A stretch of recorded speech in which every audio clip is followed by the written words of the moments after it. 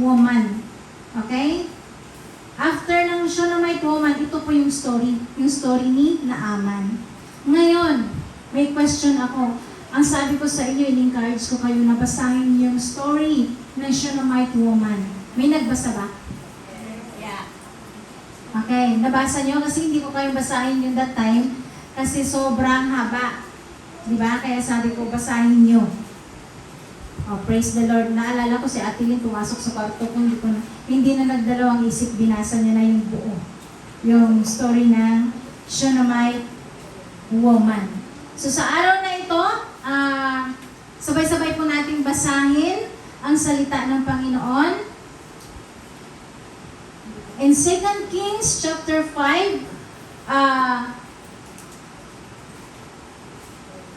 chapter 5 verse 1 hanggang 15 po. Okay? May 15 verse tayo na pag-aaralan sa umagang ito. Ang sabi sa salita ng Panginoon, 2 Kings chapter 5 verse 1 to 3, tuloy-tuloy po hanggang 15. Ang sabi niya dito, sa Syria ay may isang pinuno ng hukbo na nagngangalang Naaman. Okay? Sa Tagalog, Naaman. Pero in English, Naaman. Okay? Mataas ang pagtingin sa kanya ng hari, sapagkat sa pamagitan niya'y pinagtatagumpay ni Yahweh ang Syria sa mga labanan. Si Naaman ay isang magiting na mandirigma, ngunit siya'y may sakit na ketong. Minsan, ang mga taga-Syria ay nakabihag ng isang dalagitang Israelita. Naging katulong ang dalagang ito ng asawa ni Naaman. Sinabi nito sa kanya, Panginoon, kung ang asawa ninyo ay lalapit sa propeta na nasa Samaria, tiyak na pagagalingin siya niyon. Verse 4 to 6, nang marinig ito ni Naaman, pumunta siya sa hari at ibinalita ang sinabi ng dalagitang Israelita. Sinabi naman ng hari, sige, pumunta ka at magpapadala ako sa iyo ng sulat para sa hari ng Israel. Pumunta nga si Naaman na may dalang 300, ano ba Tagalog nito? Englishin ko na lang yung numbers. O, para hindi tayo mahirapan. 350 kilong pilak, 6,000 pirasong ginto, at 10 magagarang kasuotan. Dala rin niya ang sulat para sa hari ng Israel. Ganito ang sabi sa sulat, Mahal na hari, ang may dala nito'y si Naaman, na aking lingkod. Nais ko sanang pagalingin mo siya sa kanyang ketong. 7 to 9, nang mabasa ito ng hari ng Israel, pinunit niya ang kanyang damit at sinabi, Ako ba'y Diyos na maaaring pumatay at bumuhay? Bakit sa akin niya pinapunta ang taong ito para paglingin sa kanyang sakit? Baka naman humahanap lang siya ng dahilan para magdigmaan kami. Nang mabalitaan ni Eliseo ang ginawa ng hari, ipinasabi niya, Bakit kayo nababahala? Papuntahin ninyo siya sa akin upang malaman nilang may propeta rito sa Israel. Nalaman ito ni Naaman, kaya sumakay siya sa kanyang karwahe at pumunta sa bahay ni Eliseo. Kasama ang maraming niyang kawal na nakasakay sa kabayo at mga karwahe. 10 to 12, ipinasabi sa kanya ni Eliseo, Pumunta ka sa ilog Jordan, lumubog ka ng 7 beses, at magbabalik sa dati ang iyong katawan. Gagaling ang iyong ketong. Nang marinig ito, galit na umalis si Naaman. Sinabi niya, Akala ko pa namay sasalubungin niya ako. Tatayo sa harap ko, tatawagin ang Diyos niyang si Yahweh, at ikukumpas ang kanyang mga kamay sa tapat ng aking ketong, at ako'y pagagalingin. At bakit hindi na lang sa ilog ng Damascus, tulad ng Abana at ng Farfar, na mas malinis kaysa alinmang ilog sa Israel? Hindi ba pwedeng doon na lang ako maligo para gumaling? Last verse, 13 to 15. Ngunit lumapit sa kanya ang kanyang mga lingkod at sinabi, Ginoo, Kung mas mahirap pa rin yan ang ipapagawa sa inyo ng propeta, di ba't gagawin ninyo iyan? Gaano pa iyang ipinaghuhugas lang kayo para luminis? Kaya pumunta rin si Naaman sa ilog ng Jordan at naglublob ng 7 beses gaya ng ipinagbibili ng propetang si Eliseo. Nagbalik nga sa dati ang kanyang laman at kuminis ang kanyang balat tulad ng kutis ng bata. Si Naaman at ang kanyang mga kasama ay bumalik kay Eliseo. Sinabi niya, ngayon napatunayan kong walang ibang Diyos sa ibabaw ng lupa kundi ang Diyos ng Israel. Narito, pagdamutan ninyo itong aking nakayanan. Praise the Lord. Hallelujah. Okay? Ang title po ng topic natin ngayon ay Naaman's Journey from Pride to Purity. At ang pag-aaralan natin, una, may 4 na points tayo na pag-uusapan. The power of pride and desperation. Mababasa natin sa verse 1 to chapter 7. The challenge of humility and obedience. 8 to 12. And the miracle of humility and healing. Verse 13 to 15. And the transformation of a new identity. Mababasa natin sa verse 15. Are you ready? Are you ready? Amen. Amen. Hallelujah. Okay. So sa point 1 natin, the power of pride and desperation, meron tayong 3 pag-uusapan. Una, a mighty but broken man. Okay. So sa nabasa natin, in verse 1, ang sabi dito, sa Syria ay may isang pinuno ng hukbo na nagngangalang Naaman. Mataas ang pagtingin sa kanya ng hari sapagkat sa pamamagitan niya ay pinagtatagumpay ni Yahweh ang Syria sa mga labanan. Si Naaman ay isang magiting na mandirigma, ngunit siya ay may sakit na ketong. So sa nabasa natin, si Naaman, very powerful na leader. Mataas ang tungkulin niya. Successful. Okay? Kasi dahil sa tulong at gabay ni Yahweh, nananalo siya. Kaya naging successful siya sa kanyang mga laban. At dahil sa mga panalo niya, yung favor ng king ng Syria ay nasa kanya. But, a big but, hindi yung puwet ha, malaking pero, yun. Sa kabila ng pagiging successful ni Naaman, sa kabila ng kanyang tagumpay, meron siyang sakit na ketong. At ang ketong po ay halos po, ang ketong po sa panahon natin ngayon para maihandulid natin siya sa AIDS na sakit. Walang lunas. Diba? Pwede kang, kung may sakit ka na AIDS, pwede kang uminom ng gamot, pero tatagal yung life mo, pero hindi siya matatanggal. Yung ketong po na sakit ay parang siya skin disease. Yan. Skin disease siya na unti-unti kanyang papatayin. Okay? Unti-unting matawag ito, yung buhay ka pa, pero naaagnas ka na. Yun ang pinakamasakit, di ba? Okay sana kung patay ka na, inaagnas ka, hindi mo nararamdaman. Pero yung makikita mo yung sarili mo na buhay pa, inaagnas ka. Di ba? Yan yung masakit. Kung mababasa din po natin sa New Testament, marami po doon pinagaling ang Panginoon. Pinagaling niya ang maraming may sakit na ketong. Okay? So, sino po nakaalala dito? Kung makikita niyo yung mga ketong nakakuan sila nung naka-quarantine. Di ba? Kasi nakakahawa yung kanilang mga sakit. Kaya kaya malayo sila sa community. Di ba? Kung mababasa niyo sa New Testament, lagi silang nasa ibang lugar. Which is, kung mapapansin niyo po, sino nakabasa sa inyo, meron 10 may sakit na ketong na sinabi ng Panginoon na umalis kayo at magaling. Pero meron lang isang bumalik at nagpasalamat sa Panginoon. Ngayon ang pinanaalala ko na sobrang naantig ako ba? Kasi sa 10 pinagaling ng Panginoon, isa lang ang bumalik para magpasalamat. At marami tayong, at may mga ugali tayong ganyan, di ba? Pag nakuha na natin ang pagpapala ng Panginoon, hindi na natin kilala ang Diyos. Babalik lang ulit tayo sa Kanya pag mahihilingin tayo. Yan ang ugali natin. Okay? Yan. Anyway, balik po tayo sa story. Okay, so sa panahon nila dati, walang nakakapagpagaling ng ketong. Pero nung time na dumating si Jesus Christ, nakapagpagaling siya ng ketong. That's a miracle.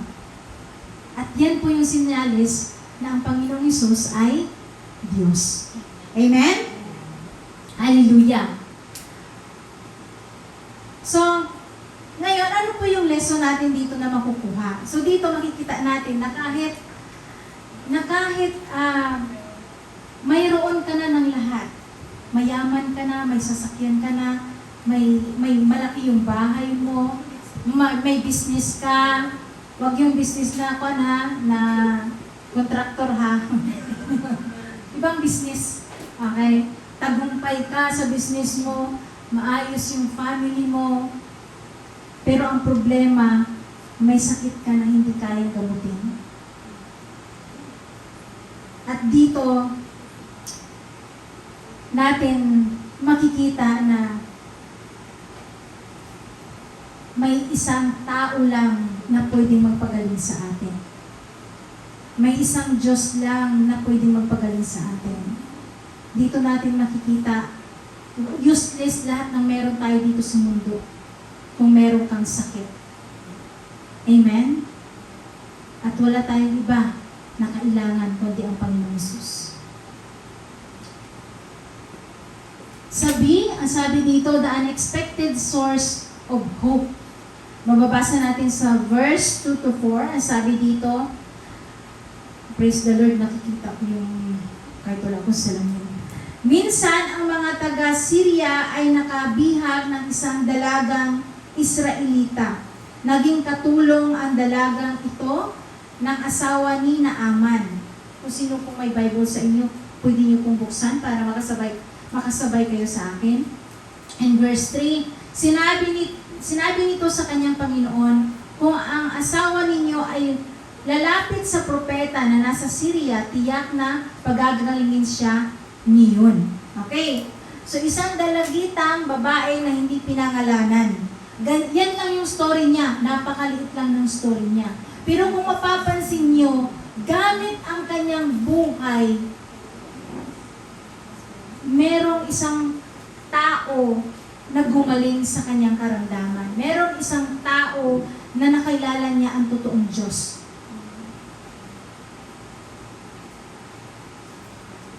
Dito natin makikita, mga kapatid, na alam niyo yung dalagita, taga-Syria siya, ginawa siyang, tawag nito, alipin, di ba? Wala ka sa bayan mo, dinala ka sa ibang bayan para ikaw ay gawing katulong. Di ba? Alam niyo po sa panahon na yun dati, bawal po magsalita ang mga katulong o yung mga alipin. Pero dahil sa wisdom ng Panginoon na binigay sa dalagita na magsalita ka para malaman niya, para na may propeta sa Israel at merong paraan para gumaling ang amo niya na si Naaman, ginamit ang buhay ng dalagang iyon ng Panginoon. Amen? Now, mga kapatid, saan ka ba nilagay ng Panginoon sa buhay mo right now? Sa trabaho mo, sa pamilya mo, sa mga kaibigan mo. Saan ka nilagay ng Panginoon? Ang babaeng ito, ang dalagang Israelito, nilagay siya. Imaginin mo, binihag lang siya. Pero yung pagkabihag niya is a divine appointed. Nilagay, sinadya ng Panginoon, plano ng Panginoon na ilagay siya doon bilang katulong. Binihag siya, ginawang katulong para may isang taong mabago ang buhay. Now, tingnan niyo mga sarili niyo. Saan kayo nilagay ni Lord? Sa tingin niyo ba, magagamit din yung buhay niyo para may mabago din na buhay, na ibang buhay? huwag niyong nilalang lang kung saan kayo nilagay ng Panginoon. Gamit ang buhay niyo, merong ibang buhay na mababago. Kaya mga kapatid, maging kagaya tayo ng dalagang ito. Napakaliit lang ng story niya sa Bible. Pero grabe yung impact ng buhay niya sa life ni Naaman. Did any one of you, sa mga kapatid niyo, sa mga kaibigan niyo, may nabago ba na buhay? Gamit ang buhay niyo? Hindi ito aksidente na marinig niyo ang story na ito. Hindi ito aksidente na marinig niyo ang mensahe na ito. Because God's reminding you today na maging kagaya kayo ng dalagang ito. Amen? Sa tingin kasi natin minsan, pag nilalagay tayo ng Panginoon sa isang sitwasyon na parang napakahirap, parang feeling natin wala tayong silbi. Hindi po ba? Kasi nagsasuffer tayo sa isang lugar, nagsasuffer tayo. Pero tingnan nyo, kung saan kayo nilagay ng Panginoon, gagamitin niya ang buhay niyo para may mabago. Amen? Hindi ito aksidente na marinig niyo ang story na ito. Kaya kapatid, yan yung mensahe ng Panginoon sa atin right now. Wala ka mang posisyon, wala ka mang kapangyarihan, pero ang buhay mo pwedeng gamitin ng Panginoon para may mabago. Hallelujah. Dako po tayo sa C, a king's desperation and the king of Israel fails. In 5-7, verse 5-7, ang sabi dito, sinabi naman ng hari, sige, pumunta ka at magpapadala ako sa iyo ng sulat para sa hari ng Israel. Pumunta nga si Naaman na may dalang 350 kilong pilak, 6,000 pirasong ginto at 10 magagarang kasuotan. Dala rin niya ang sulat para sa hari ng Israel. Ganito ang sabi sa sulat. Mahal na hari, ang may dala nito ay si Naaman na aking lingkod. Nais ko sanang pagalingin mo siya sa kanyang kitong. So dahil ang favor ng king ng Syria na nakay Naaman, tinulungan niya ito ngayon si Naaman na gumawa siya ng sulat para pupunta si Naaman sa bansang Israel. Okay? So kung makikita niyo po dito, okay, medyo hindi siya clear. So nakita niyo po yung Aram. Aram is Assyria. Okay? Ibang country siya. Yung green, nakikita nyo, ito yung green at saka yung orange na ito po yung Israel. Naalala nyo sa kwento last time na sinabi ko sa inyo, yung Israel na hati sa dalawa, okay, the north and the south, ito po yun, nahati po sila. And then, dito po yan pupunta sa Samaria, nakita nyo yung may umabot? Yun. Diyan nakatira si Eliseo. At si Naaman naman nakatira doon sa Adam. Okay? Nakita nyo kanina, narinig nyo kanina yung sinasabi niya pagdating sa ilog. Sabi niya, bakit hindi na lang sa ilog sa Damascus? Kasi malilinis po yung ilog doon. Dito naman sa Israel, madumi. Okay? So ngayon, yan po yung, kung makikita nyo, yan yung mapa ng Israel at saka ng Syria. Magkatabi lang sila. Okay? So now, back tayo sa story.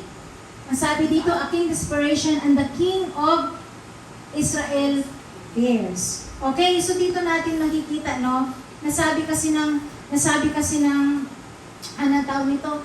Ng king. Walang ibang gusto yung king ng Israel kundi yung kagalingan ni Naaman. Di ba? Maganda yung motives niya, maganda yung pagtulong niya sa kanyang tawag nito, sa kanyang lingkod na si Naaman. Binigyan pa nga niya magdala ka ng ginto, magdala ka ng mga damit, di ba? Yung parang ganon, para iregalo doon. But, nung po dumating naman siya doon sa King of Israel, itong King Israel, nakita mo yung takot niya? Kasi alam niya, yung hari, yung king ng Syria, laging nananalo. Di ba? Kaya siguro naisip niya, pag kami, di ba sinabi niya na, ay parang gagawin niya ito para magdigmaan sila, di ba? Ginawa niya ng hindi maganda. Nag-isip siya ng hindi maganda. Di ba? Sometimes, yung motive sa isang tao, maganda. Pero yung acceptance ng iba, hindi maganda. Di ba? Ito yung nangyayari sa king ng Israel at ng king ng tawag ito ng Syria. Maganda yung motives ng king, tulungan yung kanyang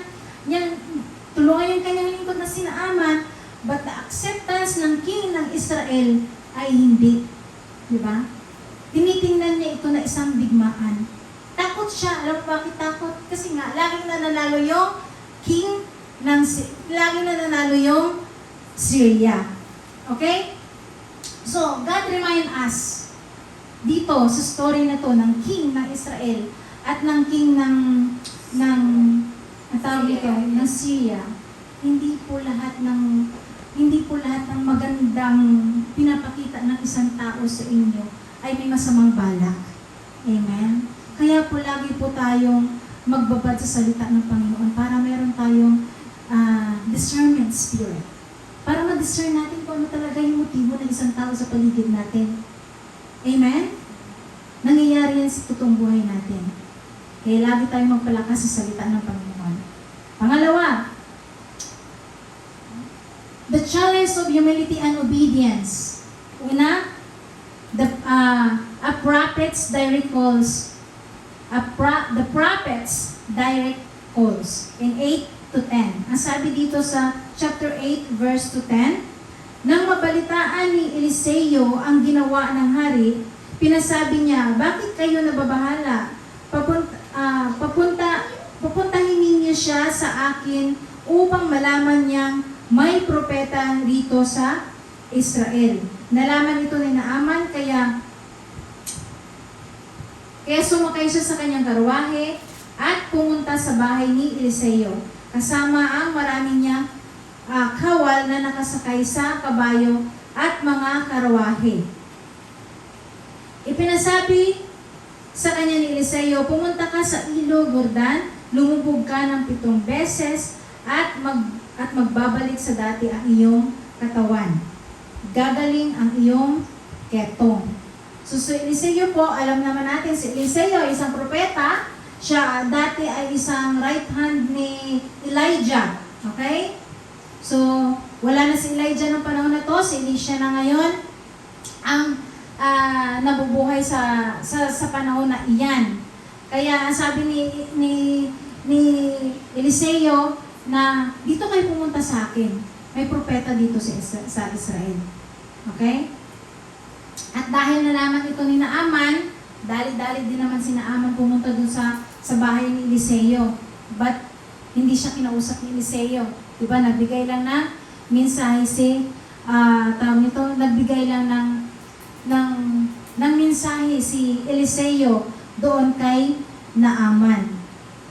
So dito din natin makikita na sabi ni Eliseo sa kanya, pumunta ka sa ilog ng Jordan at maglubog ka doon ng 7 beses. Now dito, makikita natin na in B, Naaman's prideful rejection. In verse 11 to 12, sabi niya dito, nang marinig ito, galit na umalis si Naaman. Sinabi niya, akala ko pa na may sasalubungin niya ako, tatayo sa harap ko, tatawagan ang Diyos niya, si Yahweh, at ipukumpas ang kanyang mga kamay sa tapat ng aking ketong, at ako'y pagagalingin. At bakit hindi na lang sa mga ilog ng Damascus tulad ng Abana at ng Farfar na mas malinis kaysa alinmang ilog ng Israel? Hindi ba pwede doon na lang ako maligo para gumaling? So nang narinig nga to ni Elisha na magpunta ka sa ilog ng Jordan, magloblob ka doon ng 7 beses.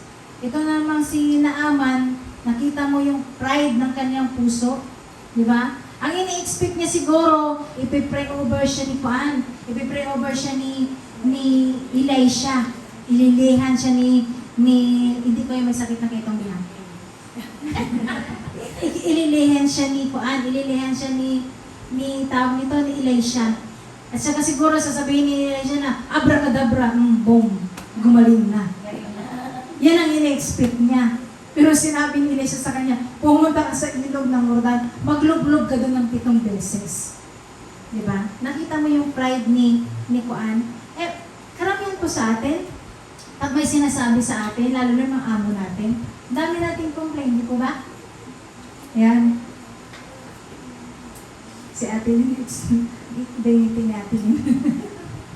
Diba? Sometimes may ganyan may mga expectation tayo na ito yung mangyayari. Pagdating natin pala doon, iba yung pinapagawa sa atin. Normal naman talaga na nangyayari kasi iba yung i-expect natin, di ba?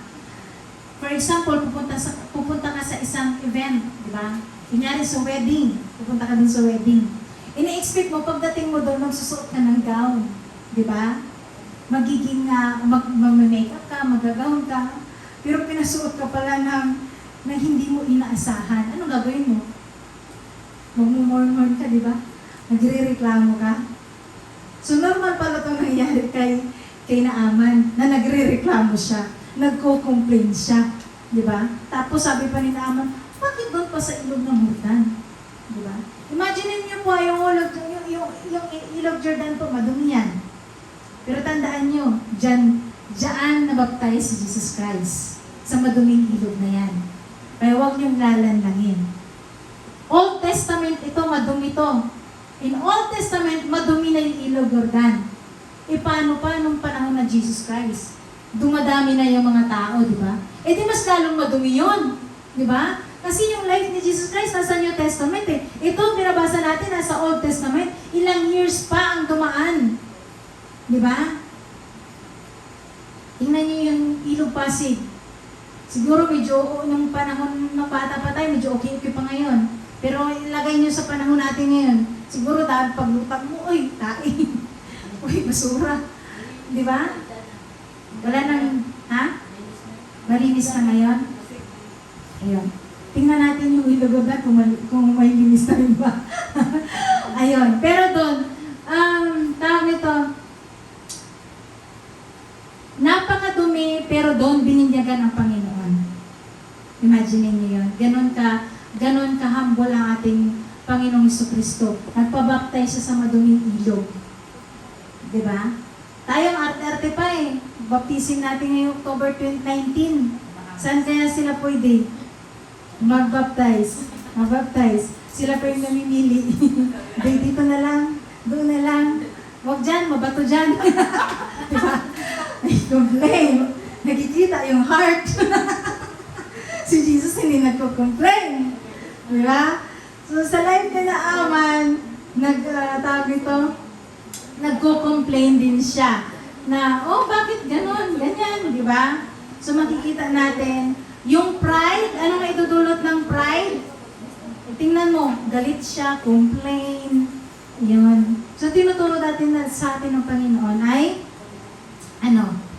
sa pride. Anong gamot ng pride?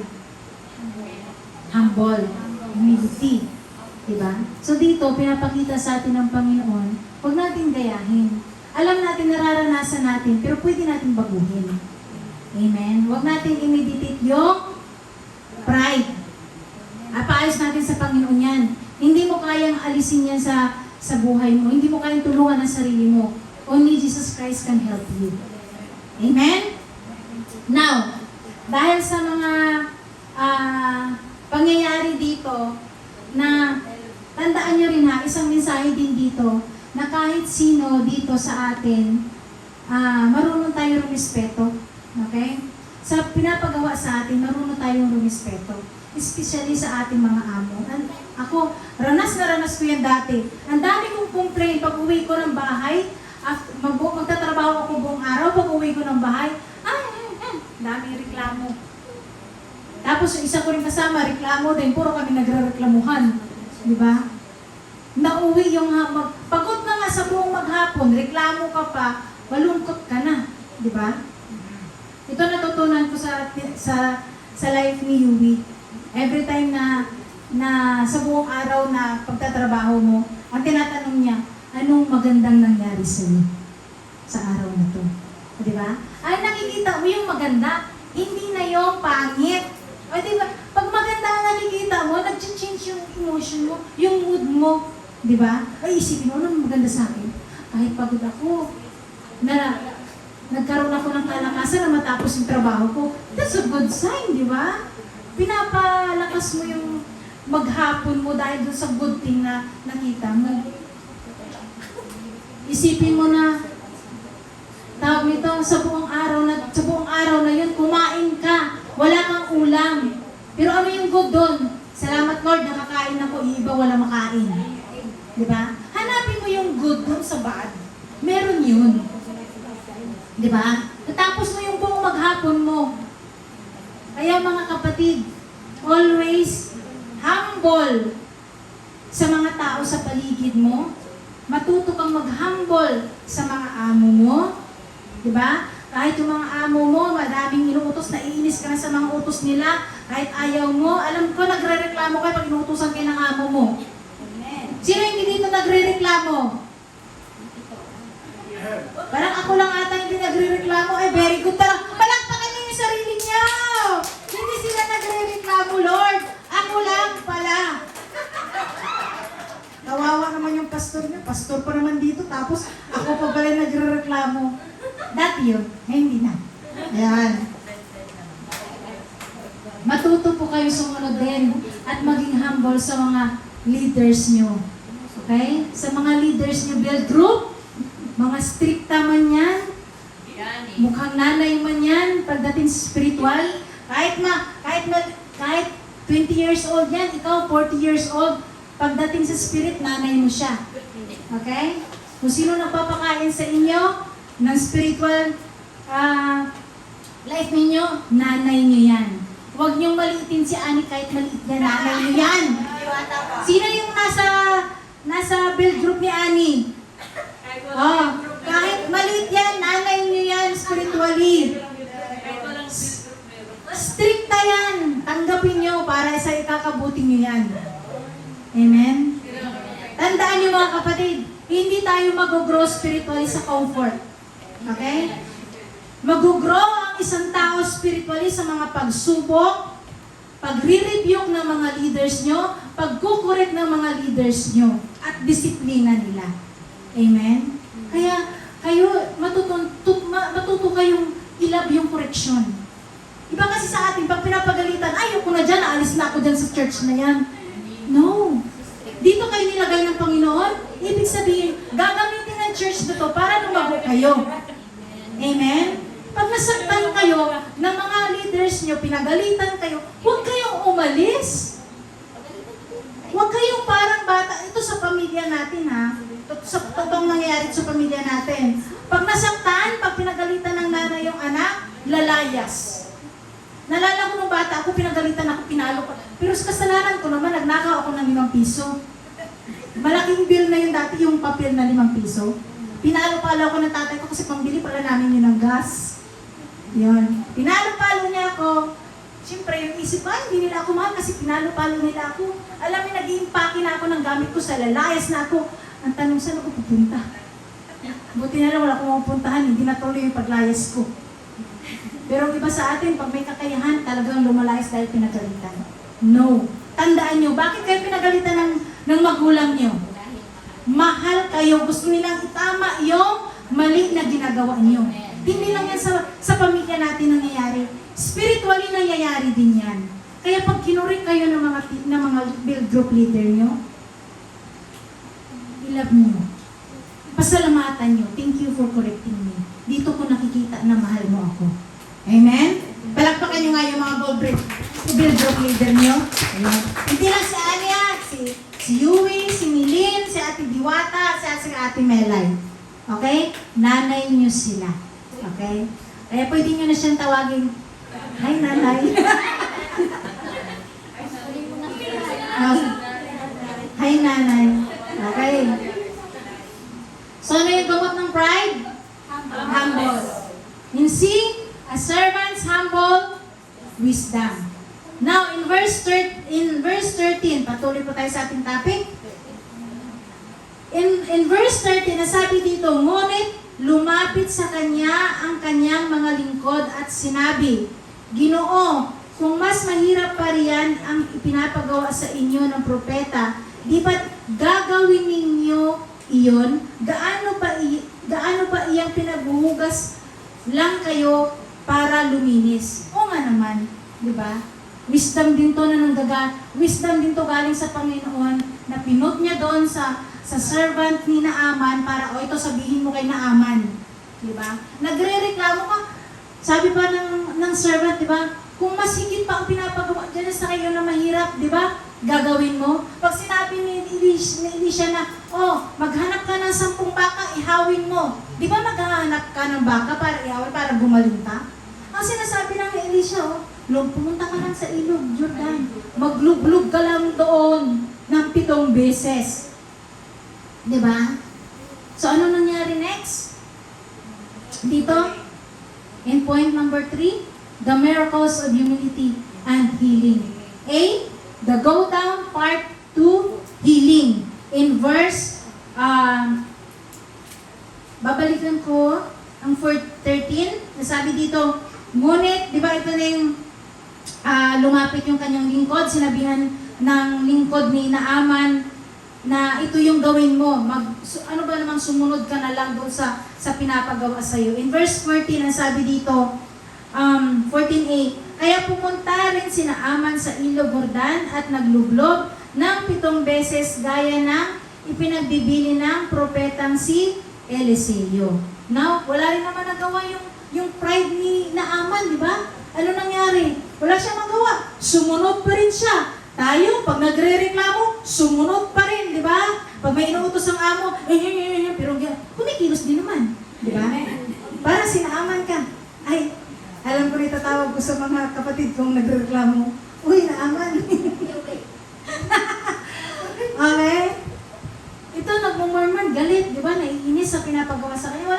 Wala naman siyang choice eh. Gusto mong gamulay? Sumunod ka. Gusto mo ng bono sa amo mo? Sumunod ka. Malapit na ang December. Magpakabuti ka. Para may bonus sa December. Diba? Ito si Naaman, wala siyang magawa kundi ang sumunod kay Eliseo na maglublog ng 7 beses. Dahil dito, nakikita natin yung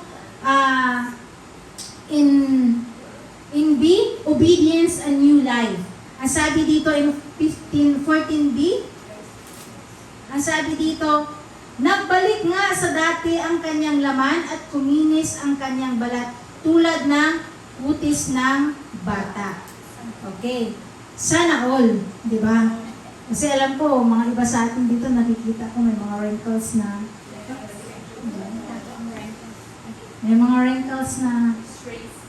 okay. Ako din marami ding wrinkles. Sana all, kutis bata. Okay, now, obedience and a new life. Dahil sa obedience ni Naaman, nagkaroon siya ng new life. Huminis ang kanyang balat na parang bata. Can you imagine? Alam niyo yung, di ba, alam niyo yung kutis ng bata, di ba? Very smooth. Hindi na kailangang lotionan yan kasi smooth talaga yung kutis nila. Diba? Pag tumanda lang naman tayo sa tayo nag-lotion kasi medyo dry na yung skin natin eh. Pero pagdating sa bata, kahit walang lotion yan, smooth pa rin yung skin nila. Diba? So dito, nagkaroon siya ng kagalingan because nag-obey siya sa Panginoon.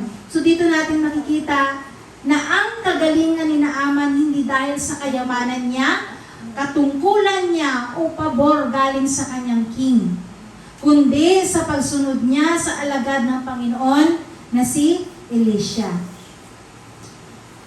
Now, in C, ang sabi dito, God's grace transcend expectations. Na magbabasa natin. Okay, so God transcend expectation. Ang sabi dito, God's healing comes not through expensive gift. Kasi naalala nyo, bumalik si Naaman after niyang bumalik siya, ibinigay niya yung kanyang dala kay Eliseo. Pero hindi ito tinanggap ni Eliseo. Dito natin mapapakita na ang kagalingan ay hindi mabibili, kumbaga. Hindi ka dapat walang kapalit ang kagalingan ibinibigay ng Panginoon. Kung sa doktor ka pupunta, magbayad ka. Pero pag sa Panginoon, wala. Yan ang kabutihan ng Panginoon. At dito, pinapakita sa atin na yung grace po ng Panginoon ay para po sa lahat. Si Naaman po ay isang hintil. Alam niyo po yung hintil? Sa Bible po, makikita natin na may hintil at saka Hudyo. Ang Hudyo po, sila yung mga pinili, yung mga Israelita, sila yung mga people of God. Pag hindi ka Israelita, pag hindi ka Hudyo, ang tawag sa iyo hintil. Kagaya sa atin, hindi naman tayo Israelita, ang tawag sa atin hintil. Noong mga panahon sa Old Testament, ang pagpapala ng Panginoon at ang favor niya ay nasa kanyang mga people lamang, sa mga Israelita. Pero dito makikita natin na ang pabor ng Panginoon hindi lang sa mga hintil. Hindi lang sa mga Hudyo, kundi sa mga hintil din. Dahil si Naaman ay isang hintil, pero pinaboran ng Panginoon. Amen? Tayo din, nakaranas din ang naranasan ni Naaman. Hindi tayo mga hintil, pero nakaranas tayo ng salvation. Diba? Nakaranas tayo ng kagalingan dahil sa buhay ng Panginoong Jesucristo. Amen? And last point, the transformation of a new identity. Okay? So the true God is revealed. Ang sabi dito, a true God is revealed. Ngayon, ang nangyari, di ba? In 15, basahin ko lang. 15 ang sabi dito, si Naaman at ang kanyang mga kasama ay bumalik kay Eliseo. Sinabi niya, ngayon, napatunayan kong walang ibang Diyos sa ibabaw ng lupa, kundi ang Diyos ng Israel. Narito, pagdamutan ninyo itong aking nakayanan. Now, ngayon dahil gumaling nga si Naaman, bumalik siya, binigay niya doon ang kanyang gift kay Eliseo, pero hindi tinanggap ni Eliseo. Pero ang sinabi ginawa ito ni Naaman kasi napatunayan niya na walang ibang Diyos kundi ang Diyos ng Israel. So, nagtestify si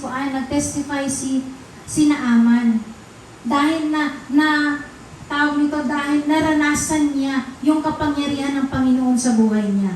Naranasan niya kung paano kumilos ang Diyos sa buhay niya. Naranasan niya yung milagro na ginawa ng Diyos sa buhay niya. Kaya napatunayan niya na walang ibang Diyos kundi ang Israel. Sometimes, mga kapatid, sa buhay natin,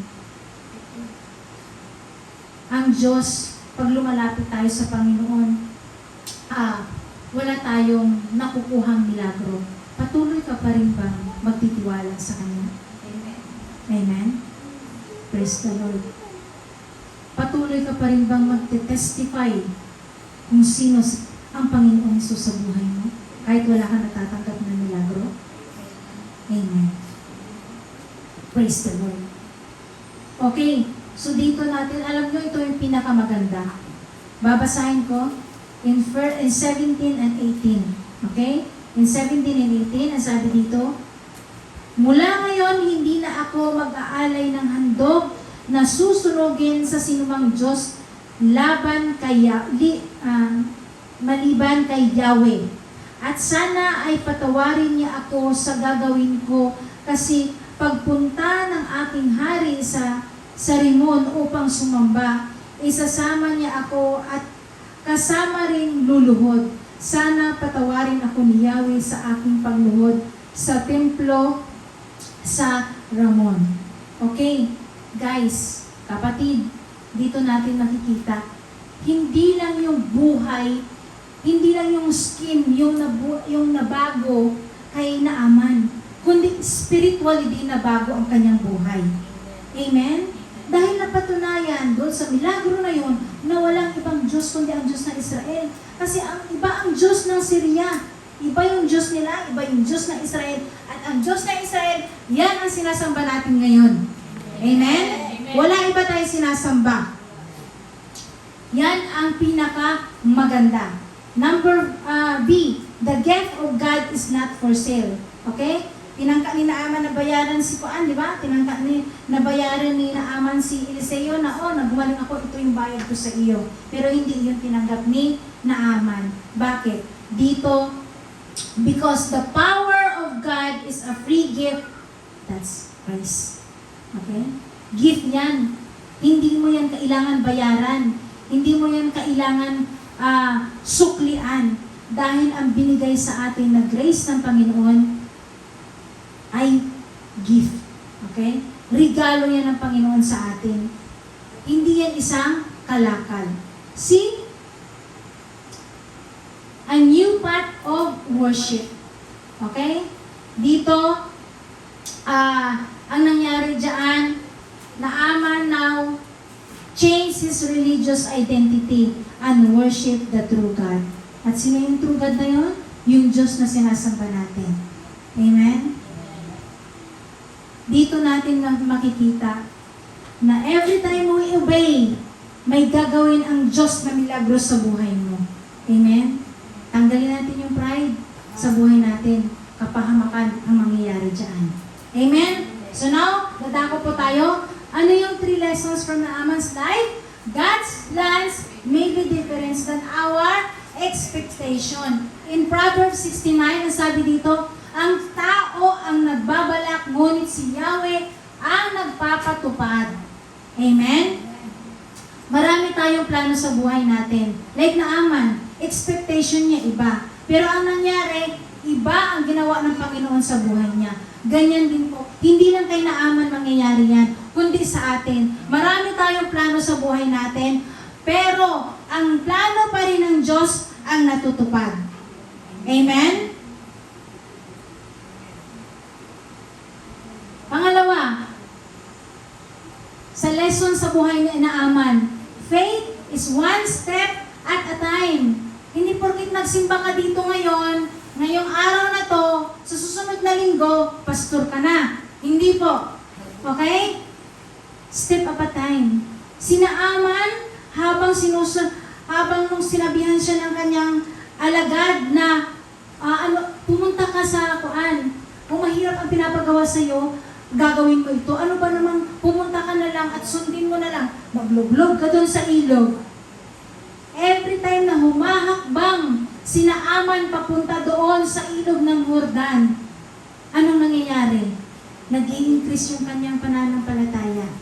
Sa paglublog niya doon sa ilog ng Jordan, ang sabi, 7 beses. Pero sometimes, di ba, malay mo, hindi natin alam kung anong iniisip ni Naaman ng time na naglulublob siya. 4 na beses na ako naglublob, pero parang wala pa rin kagalingan. Sometimes, kahit umabot na tayo sa 4th level na yun, wala pa tayong makikita. Kasi ang gusto ng Panginoon, makikita natin sa ikapito. Kaya huwag kang tumigil. Kung sa tingin mo nagsisimba ka dito, parang hindi naman ako nag-grow, huwag kang tumigil. Hindi overnight ang paglalago mo. Amen? Magpatuloy ka hanggat sa lumago ka. Magsikap ka din. Si Naaman, nag-effort din. May pagkilos na ginawa. Naglublob siya. Ikaw, may gagawin ka rin para mag-grow ka din spiritually. Amen? Ang sabi nga dito sa salita ng Panginoon, 2 Corinthians chapter 5, verse 7, sapagkat namumuhay tayong batay sa pananampalataya sa Panginoon at hindi sa mga bagay na nakikita. Kapatid, ang pananampalataya natin, hindi tayo, hindi ko kasi nakita, hindi ako mananampalataya. Kahit wala tayong nakikita, manampalataya tayo. Nakasaad sa salita ng Panginoon. mas pinagpala ang mga tao nanampalataya kahit hindi siya nakikita. Amen? Alam niyo po, napaka-bless ng mga tao 2,000 years ago. Nakasama nila ang Panginoon, pero hindi sila nanampalataya. And we are so blessed kasi hindi natin nakasama, hindi natin nakita ang Panginoong Jesucristo, pero tayo, lahat kayo na narito, may pananampalataya sa Kanya, kaya kayo naririto. Amen? Third, God's grace is priceless. In Ephesians chapter 2, verse 8 to 9. Sapagkat dahil sa kagandahang loob ng Diyos, kayo ay naligtas sa pamagitan ng pananampalataya at kaligtasan ito'y kaloob ng Diyos at hindi sa pamagitan ng inyong sarili. Hindi ito bunga ng inyong mga gawa, kaya wala dapat ipagmalaki ang sinuman. Ang kagalingan ni Naaman, ng Naaman ay dahil sa pag-ubing niya sa Panginoon. Dahil sa paniniwala niya doon sa sinabi ni Eliseo. In our generation, mga kapatid, ang Panginoong Jesucristo ang nagbuwis ng kanyang buhay para sa atin. Ang Panginoong Jesucristo ang siyang nagbigay sa atin ng pangalawang buhay.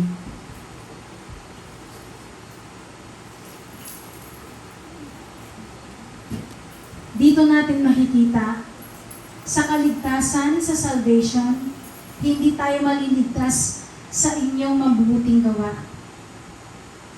Kahit anong gawin yung kabutihan, kung hindi nyo naman tinanggap ang Panginoong Jesucristo bilang inyong Panginoon na tagapagligtas, wala rin.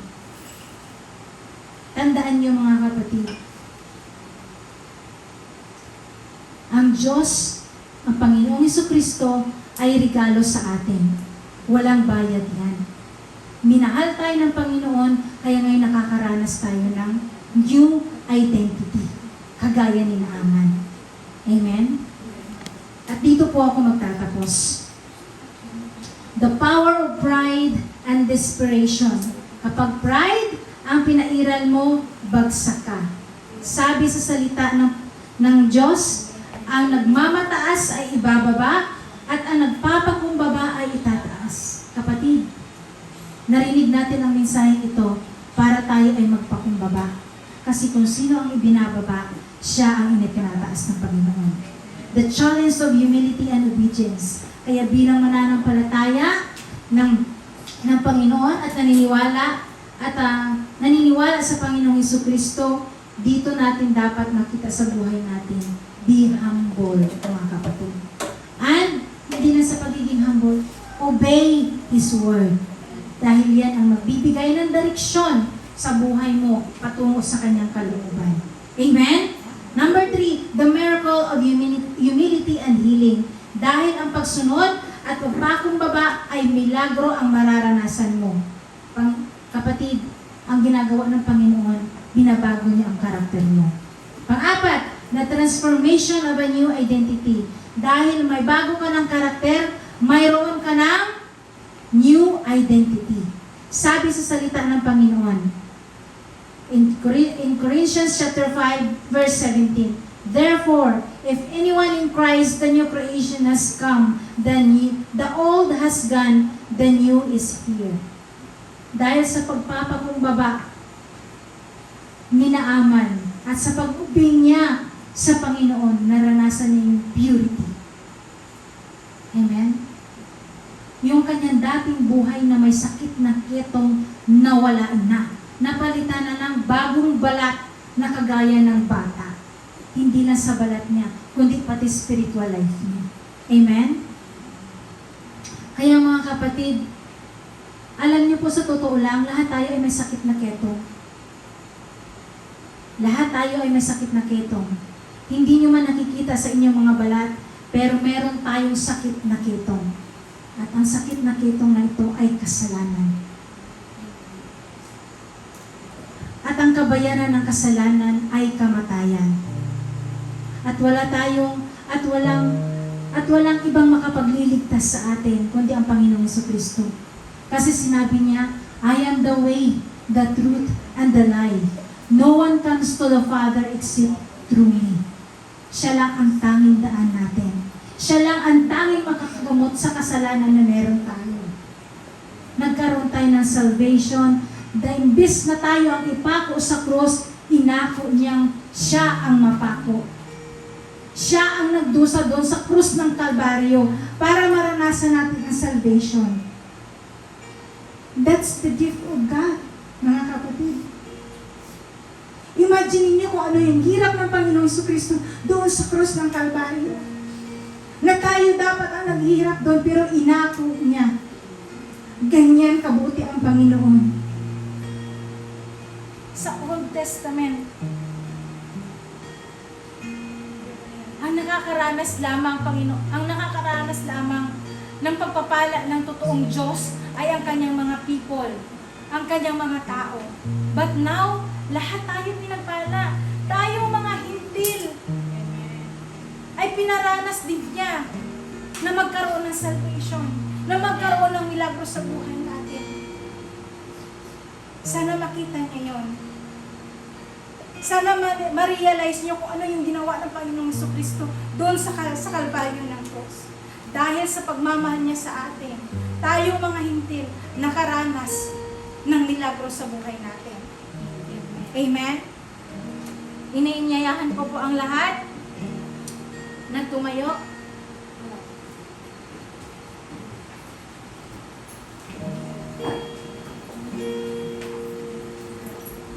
Hello. Okay.